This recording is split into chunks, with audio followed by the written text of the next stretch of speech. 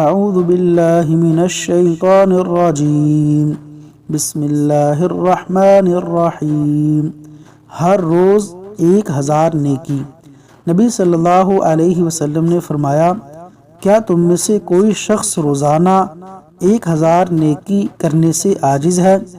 ہم نشینوں میں سے کسی نے دریافت کیا کہ ہم میں سے کوئی شخص 1000 نیکی کیسے کرے؟